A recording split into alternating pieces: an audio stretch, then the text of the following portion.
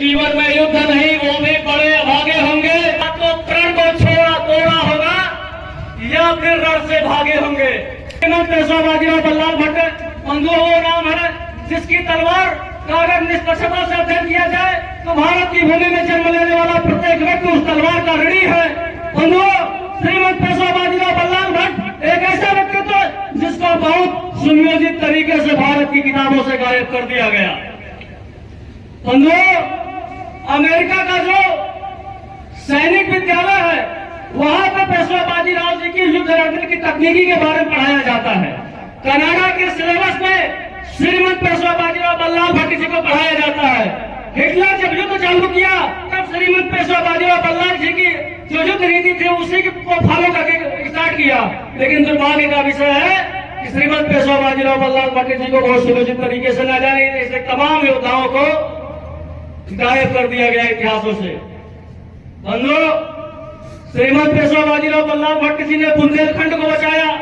उनकी तलवारों ने विंध्य पर्वत पर एक दीवार बनाकर खड़ा कर दिया था जिससे जो है विदेशी आक्रांता वहीं पर ठार गए।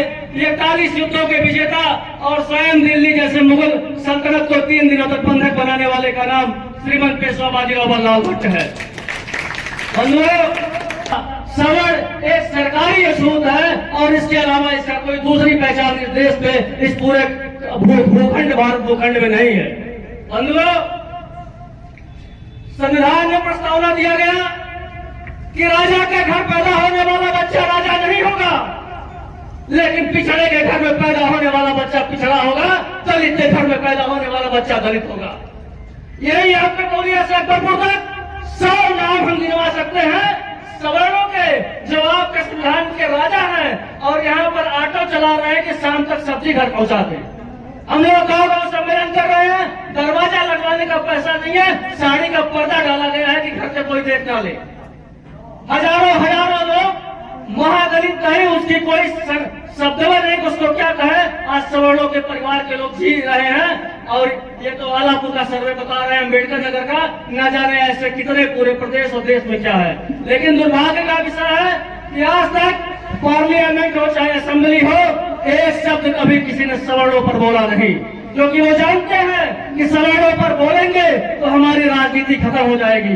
पंडित अलग भाग रहा है, ठाकुर का अलग नेता है, लाला का अलग नेता है, पनिया का अलग नेता है। और जब चुनाव में जब आप में छटपटाहट शुरू होती है तो कोई 50 लाख 1 करोड़ से चलने वाला आपके बिरादरी का नेता इसी मैरिज हॉल में 100-200 के बीच में बैठा के भेज दिया जाता है कि जाओ तुम सबको मोटिवेट करके कह दो जय परशुराम, जय राणा प्रताप और वगैरह वगैरह, जय चित्रगुप्त, जय भामाशाह, उसी में खुश करके उनसे वोटिंग करवा लो। यही हकीकत में यही भैया आपकी औकात, इसके अलावा आपको कुछ नहीं। पार्लियामेंट में, सदन में जो देश की सबसे बड़ी पंचायत है उसमें पंक्तियां पढ़ी गई, ऊंची जात की क्या पहचान, जो किक पिक बोले करे न काम।